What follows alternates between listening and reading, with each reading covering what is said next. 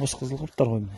Мына кішкентайларда жүр, мына кішкентайлар сонда жұмыртқадан шыққандар ма? Жұмыртқадан шыққан мына жаңадан үлкендер міне. Жап мына жақта қыстық азықтығымыз бар. Енді тағы бір екі жуып жіберсек, бұл қысқа дайын. Сонда осы көң сонда біраз ақша болып тұр ғой да. Енді қазір осыны келіп, арнайы келіп көріп, үйреніп жатқан кісілер бар ма? Енді ефектік емес, енді сенің арт жағынан ағылып жүрміз енді мына қалай екен шикізат кеңінен десек те болады. Істеймін деген адамға енді еңбек бәрінше еңбек дейді ғой. Бірінші оқу керек дейді. Оқу не үшін керек деген, оқу үйрену үшін керек дейді. Үйренгеннен кейін не істейсің? Үйренгеннен кейін кәсіп істеу керек екен да. Кәсіп дегеннен кейін не істейсің? Кәсіптен кейін сату керек екен да. Сол кезде сен кәсіпкер бол. Ассалаумағалейкум, қалдарыңыз қалай? Бүгін міне Бейсен ағамыздың шаруа басына келіп тұрмыз. Ол кісі қаншалықты шылаушын ұстап жатыр және қанша көлемді ұстап жатыр, дайындықтары қалай, сіздермен бөлісетін боламын.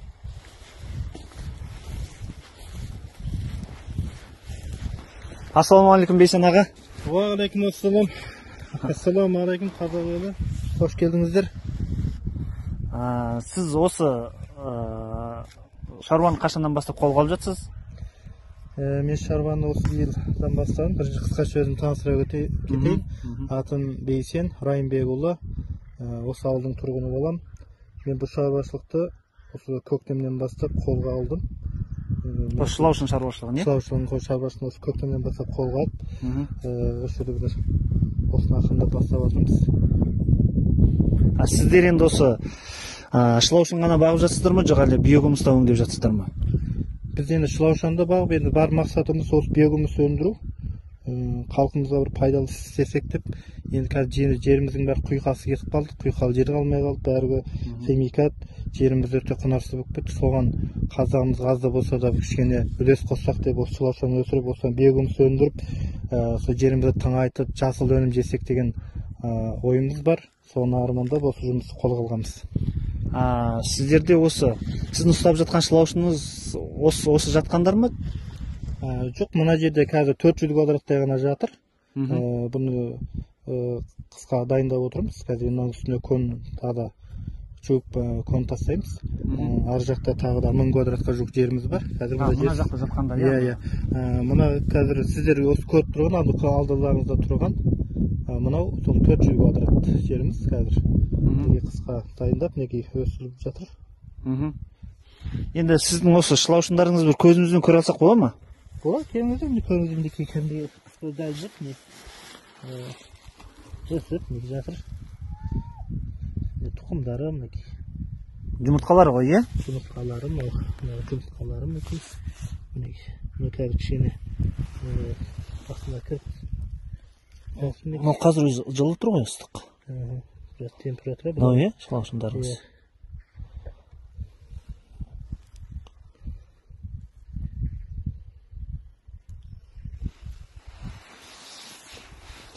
Сонда осы жерде қазір қанша квадрат жатыр, мынау қанша қатар болып тұр сонда? Мұнда 9 қатар жатыр. Ұзындығы 17, ені 2,5, 400 квадратқа жуық. Осында салғанбыз. Қалған үлкен жеріміз ар жақта. Қазір оны таныстырып өтеміз сіздерге ары қарай. Мен қарасам, мына жер енді былай бір дөң жер екен да.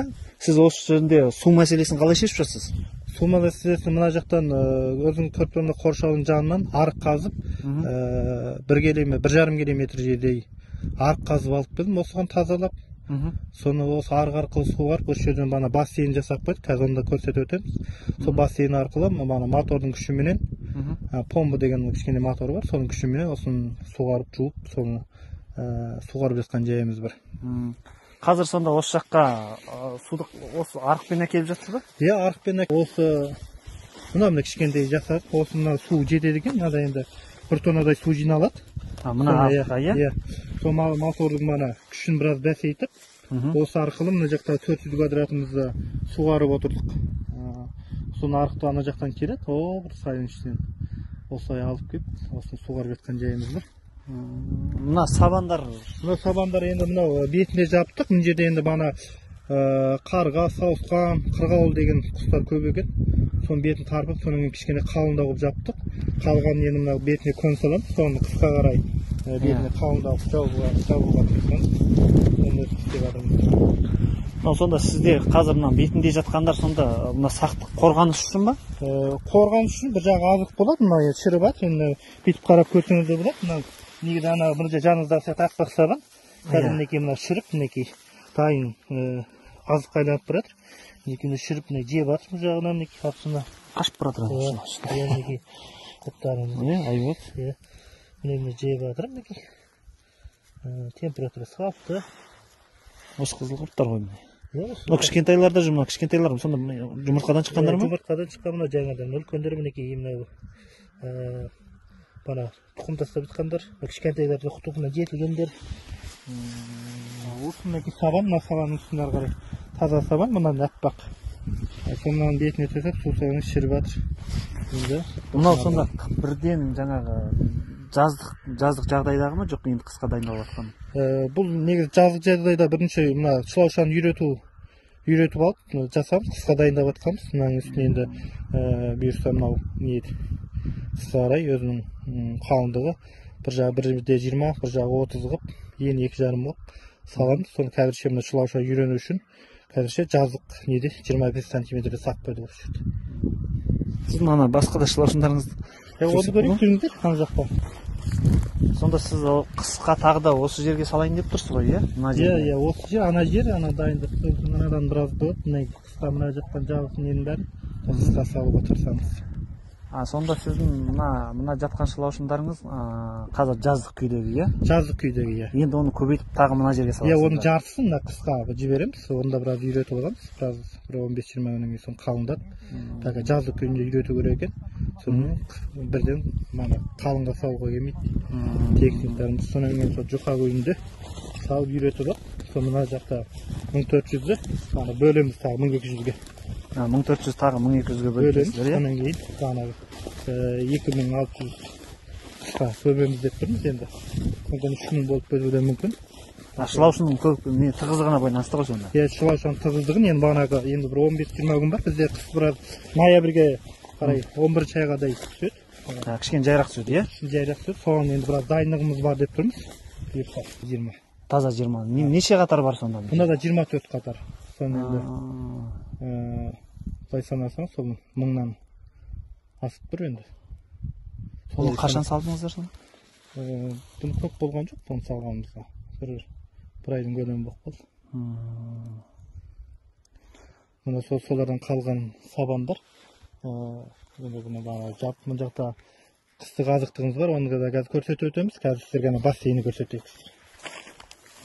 Сіздердің су қоймаларыңыз ғой ол, иә? Бұл бассейніміздің мына ұзындығы 6 метр, биіктігі 1,30, ені 2 метр таза. Мына енді 15-20 сантиметрдей су. Бұл су қанша уақытқа жетеді сонда? Бұл су енді 7-8 минутта сорып тастайды екен ана моторымыз. Егер оны банадай бір көп туманикпен шашсақ, мына жерге 2 рет суарғанға жетеді екен. 2 рет, иә? 2 рет. Негізі бір күнде 2 рет суарған жетеді. Егер мына күннің ыстық, жазда күн ыстық болды, сол кезде 2 рет суғар. Бана ертеңгісін сағат 10-11-де бір, түстен кейін сағат 4-5-те бір температура көтерілгенде, андай туманик андай бір күп суғаратынмен суарсаңыз, сол кезде су эконом болады екен. Енді мынаны төте тарсаңыз, онда 7 минутта енді үлгіргенше суғарып қоясыздар.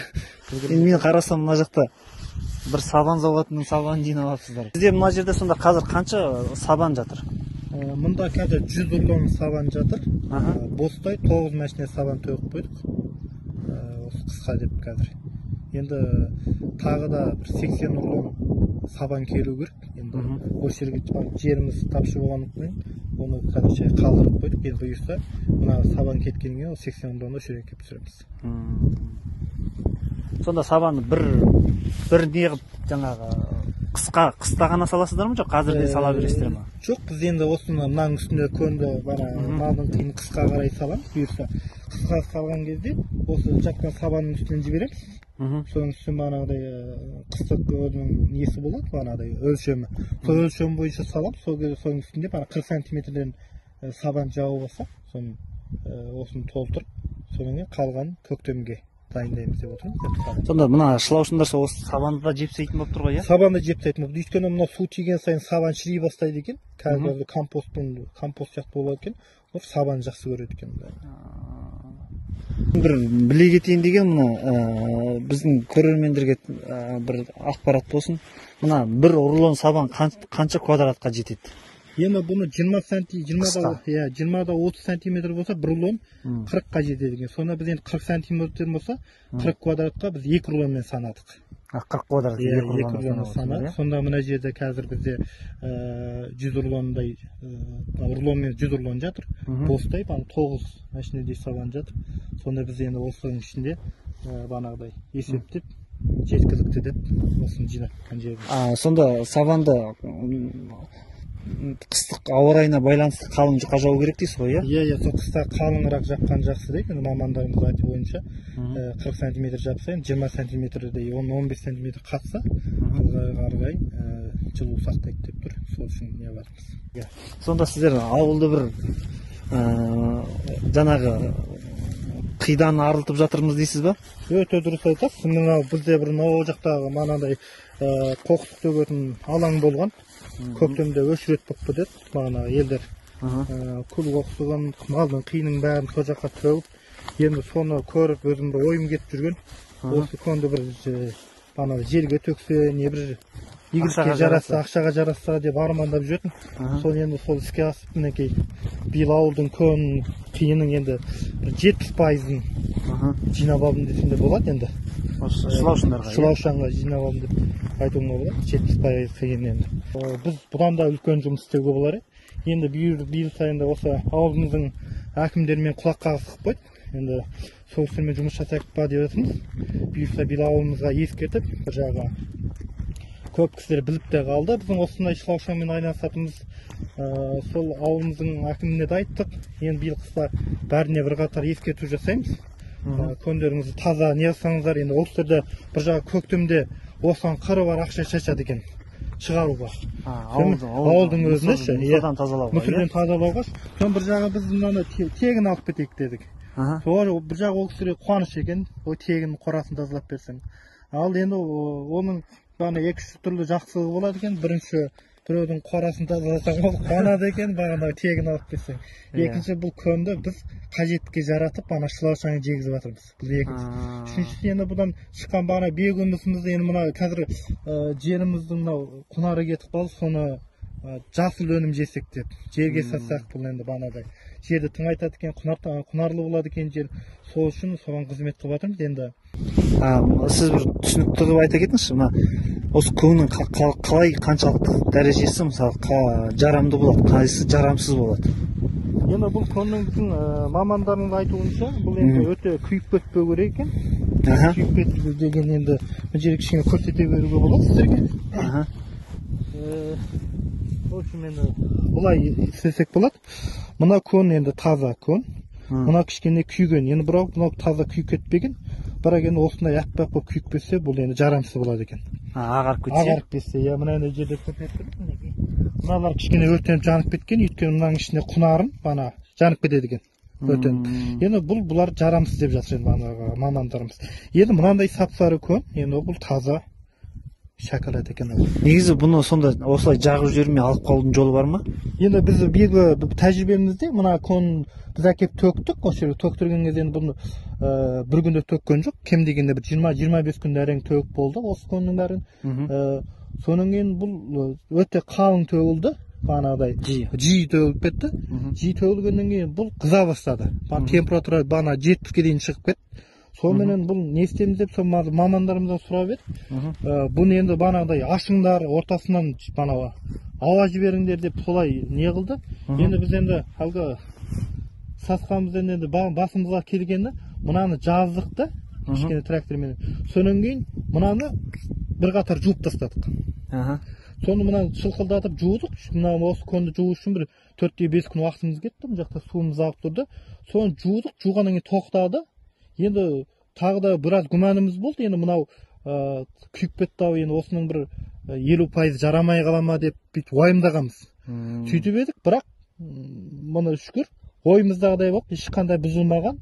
Сол көктемде қалай келді, сол күнше тұр екен. Сонда сіз манағы биылғы жазда 40 күнде 40 градус температурада осы жуынмен осы көңді аман алып қалдым дейсіз ғой? Иә, дұрыс айтасыз. Сол жуудық, осы қалай жуудық, солай осы көңнің қызуы тоқтады. Соны жуғанның ана ішіндегі сары, қап-қара манағы кислоталары, аммиактар кетіп қалғаннан кейін, мынау сол тоқтап қалды. Енді мұнан біз қазір енді мынау біздің ойымызша 40-50% дайын тұр. Енді тағы бір-екі жуып жерсек, бұл қысқа дайын. Сонда осы көң сонда біраз ақша болып тұр ғой да? Енді ақша, тәуір ақша, енді. Осыны бана қызып жатқан кезде жүрегіміз ауырды, енді миллиондарымыз күйіп кетті. Енді мынау ауылдан шығару үшін енді елдің техникасы, өзімізде техника болмады. Елдің техникасын жалдадық, енді оларға да енді қыруар ақшамызды төледік. Енді соның сол күйіп кетті ма деп соны жанталасып жүріп, осын бір жуып алып қалдық. енді қазір айы бар, бана көрдік. Мен қарасам, мына сіздің көңіңіз енді 100% деп айта аламын енді. Менің түсінігімде. Керемет сақтапсыз. Мынау енді көңді жақсы болып тұр. Енді міне ағарып қалғандары бізде мана жуып кеткеннен кейін артынан келіп төгіліп қалғандар. Соңғы осы жерде бір 5-6 мәшіне артынан төгіліп қалған еді. Соны қазір ашып көрсек, кішкене жанып та, бірақ енді 100% жанып кетпеген. Бір 40-50% ғана жанған. Енді соның бұдан да қатты үміт үзген жоқпын мен мынау келген. Бірақ қарасаңыз да белгілі, соңынша тұрған сияқты мінекей. Банағы сабан күйсе кішкене ағарған, ағарып та тоқтап қалған қызуы. Сонымен осы мына көмбенен ешқандай айырмашылығы жоқ болып тұр енді. Мынау сары, мынау енді ақшылдау болып тұр. Сонымен бұдан да енді 4-5 мәшіне енді көп емес. Арасып жүрсе кішкене болмайды шығар деп тұрмын. Мамандарымыз сұрап жатырмыз, сол кісілердің рұқсатыменен ары қарай сала береміз енді. Қысқаға дайындай береміз дейсіз ғой, иә? Сізде осында қанша азық жатыр? Біздің жерде енді газ 53 деген мәшінеменен бір 160 мәшінедей жатыр. 160-тан енді 160-қа дейін санап тұрғам, сол жаңылып қалды, сол 160-170 маңайында тұр. Сонда қанша квадраттың азығы? Бұл енді біз қазір енді 5000 квадратқа дайындап қыламыз, енді соған жетеді деп тұрмыз. Қысқа. Сабандарыңыз қаншалықты? Сабанымызда сол енді көктемге де біраз қалуы мүмкін, енді көктемге де сол бір 3000 квадратқа асуы мүмкін көктемге. Сол мөлшерде жинадық. Жалпы шылаушын не жейді? Шылаушын енді бір жағы мынау малдан көң жейді екен. Соның арасында түс шұқытынға сабан жейді екен. Соның сабанда бұл енді негізгі азығы осы мынау табиғат ананың жерде өсірген барша осы өсімдіктің бәрі осы шылаушаның азығы екен ғой. Енді мына шөпті қарасаң, біз тек мал жейді екен десек, бұны шіресе, бұны құртта жейді екен бар, шылаушан да жейді екен. Енді бұны жеп, анағы малдан шыққан көнді, оны тіпті сүйсініп жейді екен ол енді. Түсі жоқ талқан жеген адамдар ұқсап, сондай болады екен. Жаңағы бірден әкеліп болса жуып салу керек қой негізі, иә? Или жас күйінде сала беруге бола ма? Жоқ, бұны жас күйінде жуылмайды. Бұны бана әкеп жаздық, соны кептірдік бұны.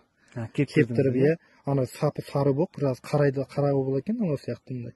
Қарақылтым болғаннан кейін, содан кейін банаға мотоблокпенен ұнтақтадық. Соны ұнтақтаса жақсы жейді екен. Соның ұсақтардың ішінің бәріне кіріп кетеді екен. Соны ұсақтап, банадай дайындап алдық. Қанша уақыт болды мына көңіңіздің жатқанына? Мына көң жатқанға бір 3-4 ай болып қалды. Компост күйге өтті дейсіз ғой сонда? Компост күйге өтті десек те болады, енді бана көп айтып жатыр. Енді бана компостты жасап қойыпты ғой, енді аз қапты ғой, енді бана бір 50% қаппапты ғой дейді. Соны тағы біраз өрте басақ па деген ой бар еді. Сіздің осы мына сізде жалпы қазір қанша квадрат шылаушын бар? Қазір мен жерде 1400 өсіп тұр, енді соны бана осы жақтан бір көре алатындай қылып түсірші. Мына жақтың көк жазықтың бәрі шылаушан болып тұр, енді ортадағы азырақ жері 2000 квадратқа жер. Енді осыны толтырсақ қысқа өтіп тұрмыз, енді содан 3000 квадратқа дейін толтырсақ деген. 3000 квадрат шылаушын. 3000 квадрат шылаушынды қаншаға дайындайсыз көктемге? Көктемде 3000 квадрат егер тығыздығы мықты болса, енді бір 20-25 квадратқа жететін құрт шығады. Солай есептеп жатырмыз. Енді бұлай тығыздығына байланысты екен, оны енді бірден былай болжап айтуға келмейді екен. Қыс қалай болады? Егер қыстың жайлы болса, егер үсіп қалмаса, тоңып қалмаса, ол көктемде одан да көп неге шығады. Оны енді бірде мынша квадрат деп айтайын, енді болжам сол 20-25 мың квадратқа жетеді деп тұрмыз. Егер одан да жақсы болып тұрса, кім біледі енді. Ол бана құрттың жеуі, банаға тығыздығына байланысты екен. Соған қарай банаға квадратқа бөлінеді екен. Сіздің сонда осы көңіңізбен жаңағы мына сабандарыңыз сонда қысқа жеткілікті азық па жоқ? Жеткілікті деп тұрмыз енді. Енді жетпей қалмайды, жетеді, асуы да мүмкін. Асуы да мүмкін, да? Асуы да мүмкін, енді былайды қарасаңыздар да көрініп тұр. Енді болған енді біз енді сол мана есеппенен сөйтіп әкеп төктік. Енді қазір бұл жаққа әкелмеген көң де бар тағы да. Осы сонда осы бір ауылдың қиы ма жоқ? Осы ауылымыздың бір 40-50%, бана 70 дедік қой, бір 70%-дай кісінің үйдің малының көңі ғой. Малдың қиы. Енді көбіне кірмеді, көп мал ұстайтын кісілердің үйінің қалдырмады енді. Негізгі көң мәселесін шештік дейсіз ғой. Көң мәселесін шештік, бір жағын енді сыртқы сыншы дейді, енді ертінен естіп жатырмыз, бір жағы. Ауылымыздың енді қоқыс полигоны бір жылда толық болсын шетіне, қазір толмайтын болды деп қуанып жатыр енді. Енді қаншама көң енді. Безекең аман болсын деп жатыр дейсіз ғой. Аман болсын деп енді қазір енді кейбіреу былай қалжыңдап болса да айтады енді. Үйде көң біраз алып кетпейсің ба деп ше. Жалпы ауыл халқы тілеуіңізді қаншалықты тілеп жатыр, қаншалықты қолдап жатыр? Енді оны өздеріне сұрау керек енді. Бірақ өзімізге келістірген 5-6 адамның 5-6-ы да енді жоқ дегенде біреу қалыс қалса 4-еуі жақсы деп жатыр. Соған қарай жақсы шығар деп ойлаймын. Өз мақсатыңыз қандай? Мақсатым енді осы ауылда үлкен енді осындай неден тазалап, малдың қиынан жақсы өнім шығарып, осы ауылымызда осындай шылаушан бап, үлкен кәсіптенсе жұмыс болса деген арманымыз бар енді. Оны уақыт көрсетеді. Қазір осыны келіп, арнайы келіп көріп, үйреніп жатқан кісілер бар ма? Енді бұл өкінішке орай енді ауылдағы бірең сараң адам ғана. Бұл болашақта керемет жұмыс болады деген ойдамыз, оймаймыз, арманымыз, енді мақсатымыз сондай. Қазір енді бұл талай кісіге айттық, енді бір жағы күлкілі енді.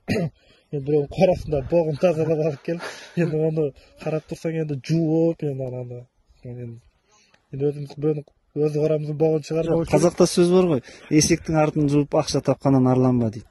Дұрыс, сол Абай атам сонда бірнемен біліп айтып кеткен ғой, сол не мақал бізге медет болып жатыр қазір ше.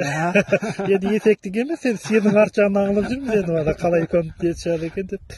Енді биылғы мынау құрғақшылығымызда да елдер енді шөп жоқ дейді өткенде біреулер. Сонымен айттым, шөп жоқ па, сабан бар ғой. Сабан жей ма дейді. Ой, неге жемейді? Ашықса бәрін жейді. Көктемде көні бізге керек қой деп. Енді қарап тұрсаңыз, біздің мына қаншама жаңағы егіс атыздарымызда қаншама сабандар далада қалып жатыр. Соның бәрі болашақта осы шылаушының азығы болады демекшісіз ба? Өте дұрыс айтасыз. Біздің осы ауылымыздың егістік алқабы өте үлкен екен, кең екен енді осы ауданымыз бойынша. Сонан кейін көп сабандар биыл енді бір 60% сабан жиналды. Өйткені бағанағыдай ауылымызда шөп жоқ болды, біз солар жинап алды. Енді жылда бұл сабан бірақ қалып қалады. Онан кейін оны бір жаман жер кейбіреу өртейді. Өртеп жүреді. Ол өртегеннен кейін ол енді басаяған ие болса жақсы, ие болмаса мына жақта жайылымдерді өртеніп кетіп, сондай фактілер көп болды бізде. Енді біз осы жұмыс алып bizden сабан ала бастап едік, елдер бізбен санаса бастады. Бұйырса болашақта осы ауылымыздың сабанын бәрін қалдырмай, осы бір орталықта жинап, бана компост түрінде осы шалашан бақсақ деген мақсатымыз бар алдыға қойған. Бұл сонда жаңағы сиырдың қиымен де емес, басқа заттармен де, мысалы қоректі заттармен де бағуға болады дейсіз ғой? Иә, біз енді Қазақстан енді жер көлемінде де 9-шы орындамыз. Bir жақ біздің егістік жерімізде, жайылым жерімізде кең. Біз енді Аллаға шүкір, бізде бағанағыдай шикізат кеңінен десек те болады. Бағана енді 100% емес, одан 200% деп айтсақ та болады. Енді мынау бана шетелден ютубтан көріп жатырмын, мынау Тайландты көрдім, өткен анандай қамыстың жапырақтарын сыпырып әкеп сонымен бағып жатыр. Оған қарағанда біз енді мынау даламызда не жатыр, неге қурай жатыр, қаншама ағаштың басына шықпай ақ қой, ол жердегі шөпті, сабанды, қурайды жинап алсақ та бізге кеңінен жетеді шикізат. Істеймін деген адамға енді еңбек бәрін жеңбек дейді ғой. Еңбек қылсаң, енді ерінбей, сабан да келеді, ілінбей дейміз. халыққа осыны қаншалықты түсіндіріп жатсыздар? Енді біз қатты түсіндіру несін алып келмедік. Себебі бірінші біз бұны өзіміз үлкен нәтижеге жетпей жатып, ол кісілерге айта алмадық. Неге? Өйткені біз бірінші осының несін көрейік, нәтижесін көрейік, сосын бағанағыдай пайдасын көрейік. Мына енді айтады ғой, бірінші оқу керек дейді. Оқу не үшін керек деген, оқу үйрену үшін керек дейді. Үйренгеннен кейін не істейсің? Үйренгеннен кейін кәсіп істеу керек екен да. Кәсіп дегеннен не істейсің? Кәсіптен кейін сату керек екен да. Сол кезде сен кәсіпкер болады екенсің. Біз енді қазір бір жағы үйренудеміз, енді бір жағы кәсіптеніп жатырмыз. Енді бұйырса осында сатсақ, біз кәсіпкер болады екенбіз. Осын сатып кәсіпкер болған кезде сол кезде алып кетсек, өйткені біз ол кезде біз 100% сенімді түрде біз осына жеңіске жеттік деп айта аламыз. Өйткені онсыз болмайды екен. Біз енді ол бізде салып жатыр, сенде малдың қиын жинауы, сенде асыра десек, ол жетпейді екен, күлкілі әңгіме болып қалады екен. Сол үшін бірінші өзіміз бастадық, осыған жетіп алдық, содан кейін халықты тартсақ деген ойымыз болып тұр. Дұрыс. Қолдарыңыз қуат берсін енді. Еңбектеріңіз жемісін көріңіздер. Рахмет, сіздерге де Алла разы болсын.